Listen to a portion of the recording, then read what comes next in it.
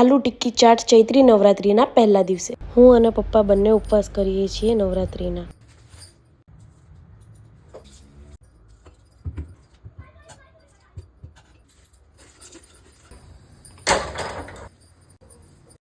અમે રાત્રે એકટાણું કરીએ છીએ.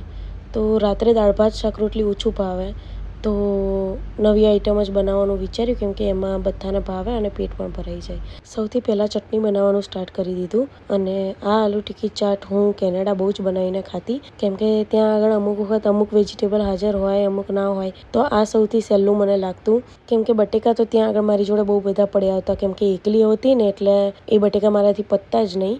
અને બીજું આમાં દહીં એડ થાય છે, તો દહીં પણ એક ડબ્બો લઈએ એટલે આપણે 15 દિવસમાં પતાવવાનું હોય, તો મારાથી એ પણ બહુ પતતું નહીં. તો આનાથી જલ્દી પતી જતું, એટલે આ મને બેસ્ટ ઓપ્શન લાગતો આલુ ટિક્કી ચાટ. અને અહીંયા પણ આવીને મેં એકવાર આ પહેલાં પણ બનાવેલી છે આલુ ટિક્કી ચાટ, ત્યારે પણ બધાને ભાવી હતી.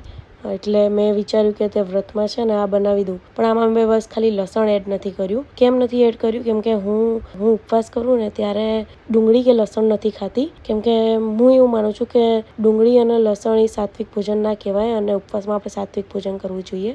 પહેલાં મેં શેલો ફ્રાય કરવાનો ટ્રાય કર્યો, પણ એ સોફ્ટ બનતી હતી, એટલે પછી મેં ડીપ ફ્રાય કરી, જેનાથી ક્રિસ્પી બની.